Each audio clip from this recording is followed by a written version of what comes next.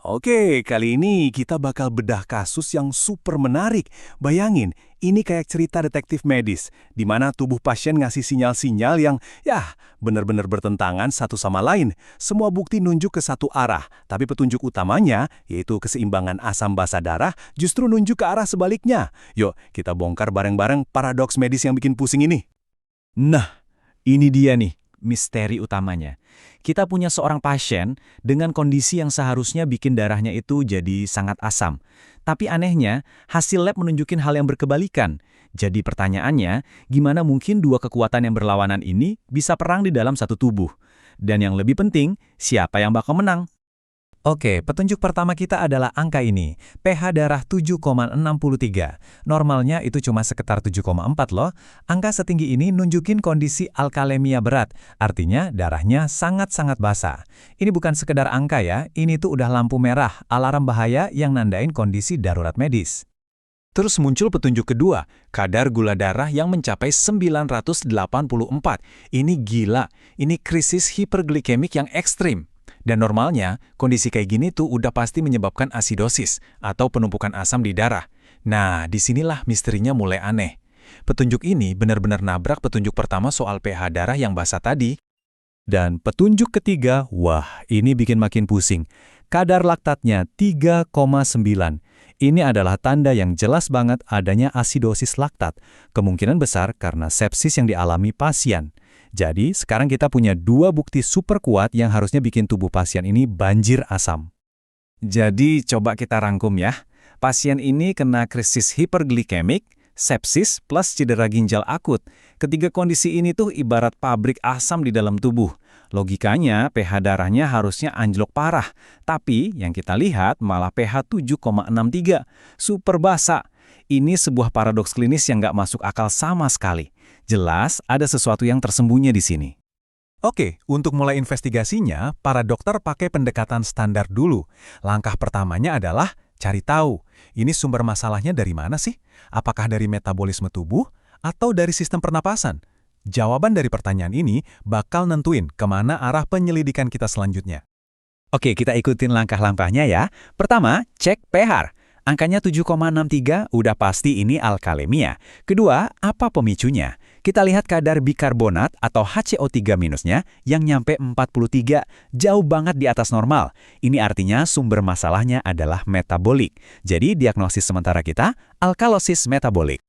Nah, disinilah keanehan pertama muncul. Kalau tubuh lagi kena alkalosis metabolik, harusnya sistem pernafasan itu ngebantu ngimbangin. Caranya?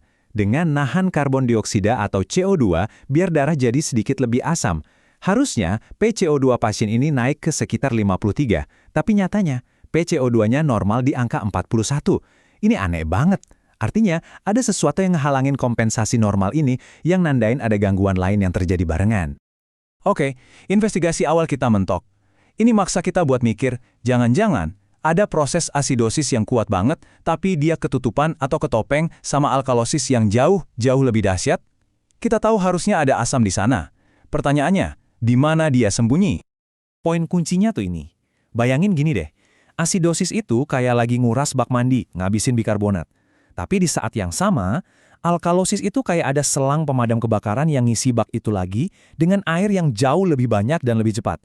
Hasilnya? Ketinggian air di bak atau kadar bikarbonat malah kelihatan tinggi banget. Nah, buat ngebongkar asam yang ngumpet ini kita butuh alat khusus. Namanya anion gap. Anggap aja anion gap ini kayak detektor asam tersembunyi. Perhitungan simpel ini fungsinya buat nyari anion misterius atau asam-asam yang nggak keukur secara langsung. Dan di pasien ini hasilnya 18, jauh di atas normal. Aha, ini dia bukti konkret pertama kita.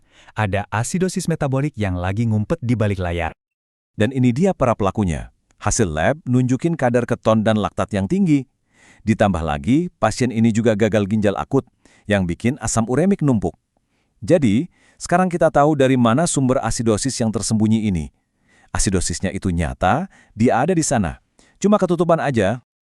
Oke, jadi kita tahu ada dua proses yang berlawanan lagi terjadi barengan. Tapi kita masih belum tahu kenapa si alkalosis ini bisa menang telak. Nah, untuk menjawab ini, kita butuh alat yang lebih canggih. Namanya pendekatan Stewart. Pendekatan ini nggak cuma ngelihat pH doang, tapi keseluruhan keseimbangan ion di dalam darah buat dapetin gambaran yang utuh.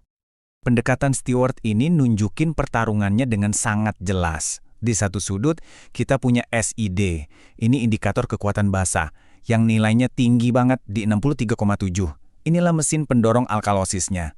Tapi, di sudut lain, kita punya SIG, indikator tumpukan asam, yang juga tinggi banget di 16,8.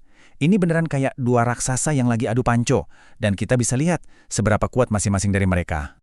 Jadi, kenapa alkalosis yang menang? Karena dia nggak sendirian. Dia punya tim yang kuat banget. Yang paling utama adalah hipokloremia ekstrim, kadar klorida yang rendah banget.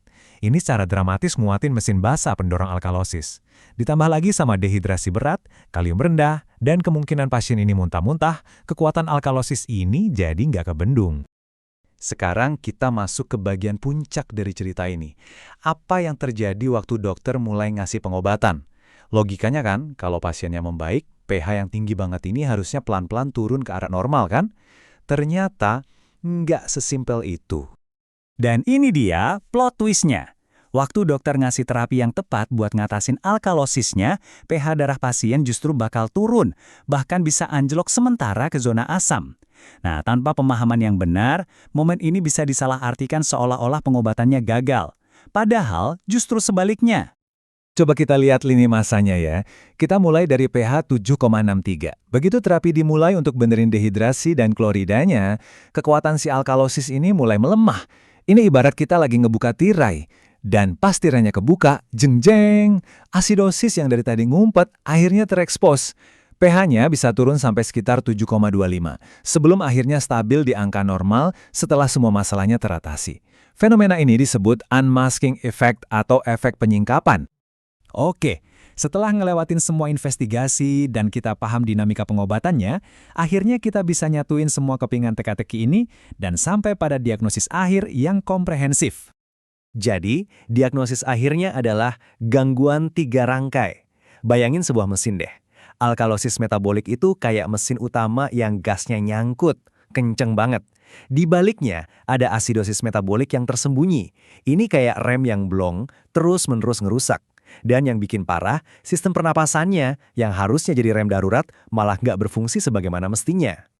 Kasus ini ngajarin kita satu pelajaran penting banget. Dalam dunia medis dan mungkin juga dalam hidup, jawaban pertama atau petunjuk yang paling kelihatan itu seringkali bukan keseluruhan cerita.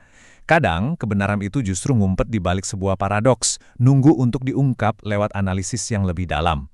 Ini bikin kita jadi bertanya-tanya ya, misteri apa lagi yang ada di luar sana?